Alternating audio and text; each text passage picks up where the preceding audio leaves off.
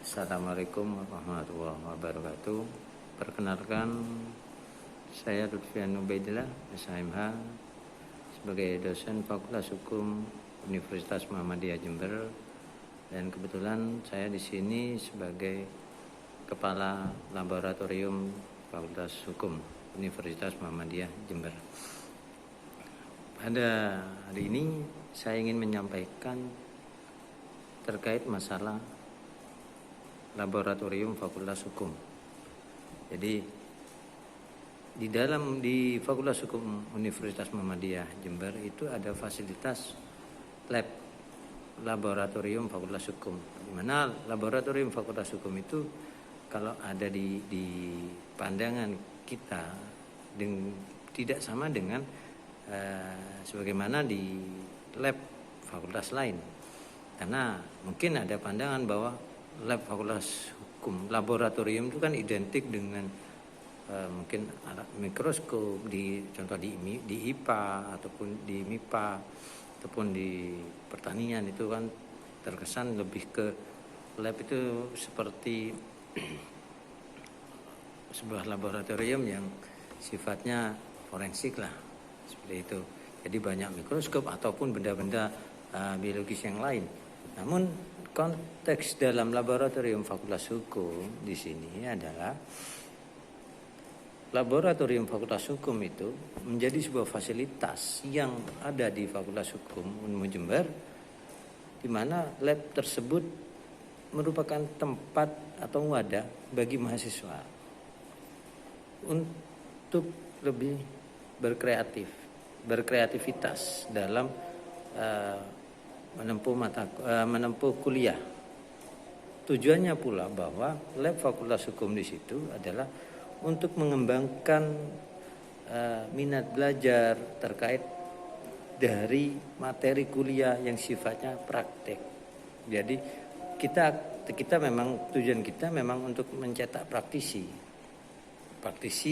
Oleh karena itu muncul adanya lab Fakultas Hukum ini penunjang bagi mahasiswa untuk meningkatkan pembelajaran khususnya di praktek. Contohnya seperti praktek untuk menjadi hakim, jaksa ataupun pengacara. Bahkan untuk praktek di notaris. Nah, lab Fakultas Hukum di sini ada beberapa program yang ditawarkan di dalam lab Fakultas Hukum. Di lab Fakultas Hukum di sini ada beberapa program. Yang pertama yaitu program pertama yaitu diskusi. Yang kedua adalah riset, dan yang ketiga adalah peradilan semu. Jadi ada program diskusi, riset, dan peradilan semu. Yang mana di dalam 3 program itu kita kembangkan terkait terkait diskusi itu. Kita ingin membentuk mahasiswa yang berbakat, mencetak mahasiswa yang berbakat dalam diskusi, dalam dialektika untuk berdiskusi secara ilmiah. Jadi program diskusi yang pertama yaitu mencetak mahasiswa agar bisa berdiskusi, berdebat, karena memang dalam konteks hukum secara praktek, secara tidak langsung memang kita harus ditekankan untuk mampu berdiskusi, berdebat, untuk mempertahankan argumen. Nah, disitulah maka ada program diskusi yang ada di Fakultas Hukum. Namun program diskusi itu bukan hanya sekedar berdebat atau mendiskusikan suatu permasalahan, tapi juga ada program yang di dalam lingkup diskusi itu ada podcast. Podcast karena di era pandemi ini maka kita siapkan juga alat podcast. Yang mana alat podcast itu sendiri sudah ada, dan kita ada program untuk podcast itu sendiri. Podcast itu kan merupakan sebuah diskusi yang secara ilmiah terkait masalah hukum, yang itu nanti akan berkala. Kita akan laksanakan itu secara berkala. Sehingga di dalam program diskusi itu bukan hanya diskusi antara mahasiswa dengan dosen dengan dosen, ataupun dengan mahasiswa dengan dosen atau dengan diskusi dengan mahasiswa lain di luar universitas, tapi juga ada podcast yang mana kita nanti akan hadirkan beberapa narasumber.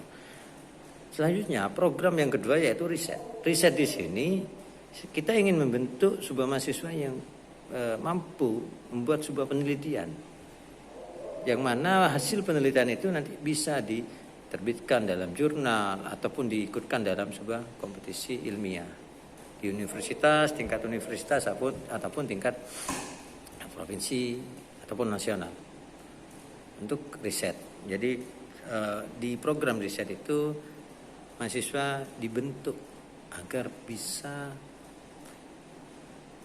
membuat sebuah penelitian, mampu membuat sebuah hasil penelitian. Karena memang tidak bisa terlepas bahwasanya seorang mahasiswa itu memang harus dituntut untuk mampu meneliti. Disitulah maka adanya program lab yaitu yang bersifat riset itu ada di program nomor 2, yang mana mahasiswa diajarkan untuk mampu membuat sebuah penelitian. Yang ketiga adalah peradilan semu. Program peradilan semu di sini moot court yang kita tawarkan dalam lab Fakultas Hukum itu sudah ditunjang dengan pelengkapan. Peradilan semu ini apa? Peradilan semu ini adalah sebuah bentuk praktek peradilan. Contoh peradilan pidana. Maka disitulah maka kita akan membuat sebuah peradilan semu yang mana di sana akan terdiri ada hakim, ada jaksa, ada penasihat hukumnya, ada terdakwanya. Makanya disebut sebagai peradilan semu, sehingga nanti mahasiswa bisa diajarkan bagaimana cara praktek menjadi seorang hakim, menjadi seorang jaksa, menjadi seorang pengacara, menjadi seorang saksi.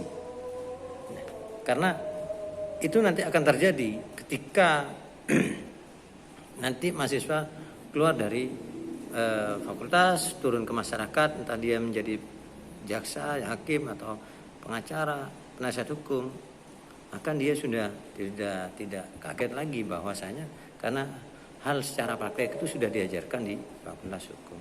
Nah, itu program peradilan semu.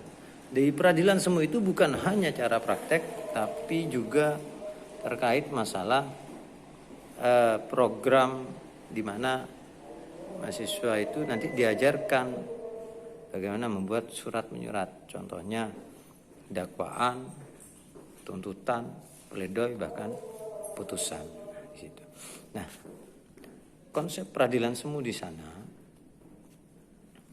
tujuan dari peradilan semu di situ bukan hanya untuk internal dari Fakultas Hukum untuk agar mahasiswa tahu praktek, bukan, tapi juga agar mahasiswa nanti ketika peradilan semu itu, moot court itu sendiri, mahasiswa mampu secara bisa kita nilai bahwa bagus dalam konteks dari tekstualnya, dari gesturnya dia, maka kita harapkan itu bisa dilombakan juga.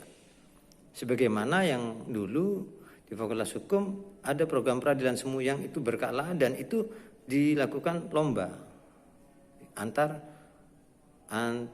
mahasiswa di Fakultas Hukum. Nah, yang pemenangnya nanti akan dikirim, ditingkatkan lagi ke tingkat nasional atau tingkat antar universitas. Nah, disitulah program-program lab Fakultas Hukum. Lab Fakultas Hukum di situ ada beberapa, bukan hanya beberapa program, tapi juga ada beberapa fasilitas. Yang mana fasilitas yang pertama ruang kelas agar mahasiswa bisa mendapatkan pembelajaran di sana materi. Yang kedua adalah ruang untuk peradilan semu itu sendiri serta perpustakaan. Sehingga di lab Fakultas Hukum itu beda dengan yang kita kira bahwa lab itu menjadi tempat yang kurang menarik atau kurang asik lah. Tapi di dalam Fakultas Hukum lab itu justru kita konsep agar mahasiswa itu lebih baratnya nyaman di sana. Karena apa? Di lab itu kita sediakan fasilitas untuk mahasiswa bisa menggunakan buku. Karena perpus Fakultas Hukum sudah ditaruh di lab. Di sana juga ada TV, smart TV LED yang mana itu dengan ukuran sekitar 50 inch. Terus ada komputer yang mana itu bisa dipergunakan, fasilitas itu dipergunakan untuk mahasiswa. Jadi fasilitas itu dipergunakan agar mahasiswa itu nyaman di lab. Jadi semua mahasiswa bisa menggunakan buku, media komputer, TV, dan ada dispenser. Tujuannya apa? Agar mahasiswa itu bisa melakukan penelitian atau diskusi ataupun melaksanakan sebuah penelitian di sana dengan baik. Nah, itu beberapa program yang kita tawarkan di Fakultas Hukum terkait laboratorium Fakultas Hukum, sehingga mungkin terkait masalah Fakultas Hukum, terkaitlah Fakultas Hukum, mahasiswa baru itu bisa lebih tertarik. Karena di dalam lab Fakultas Hukum juga kita sudah buat sebuah member, di mana ada member-member lab yang kita bagi dari lab diskusi, riset, dan peradilan semu. Yang jelas, sekalipun ada member yang sudah terpisah program itu, semua tetap bisa merasakan bagaimana diskusi, bagaimana riset, bagaimana peradilan semu. Bukan hanya karena terpisah, bukan berarti karena terpisah. Aku jadi member diskusi berarti nggak akan dapat pembelajaran riset. Tidak, tapi semua nanti akan dapat pembelajaran tersebut. Cuman member lab itu agar kita lebih fokus pada poin yang kita tekuni di sana. Dan lab Fakultas Hukum ini memang sebagaimana konsep awal yang tadi saya sampaikan, bahwa dengan fasilitas seperti itu kita harapkan mahasiswa itu juga bisa menggunakan fasilitas tersebut. Jadi dibuatnya lab ini bukan untuk kepentingan fakultas secara pribadi untuk dosennya, tapi justru untuk dibuat untuk agar mahasiswa bisa menggunakan fasilitas yang ada di lab Fakultas Hukum. Oke, mungkin itu dari saya penyampaian terkait masalah laboratorium Fakultas Hukum Universitas Muhammadiyah Jember. Kurang lebihnya mohon maaf. Assalamualaikum warahmatullahi wabarakatuh.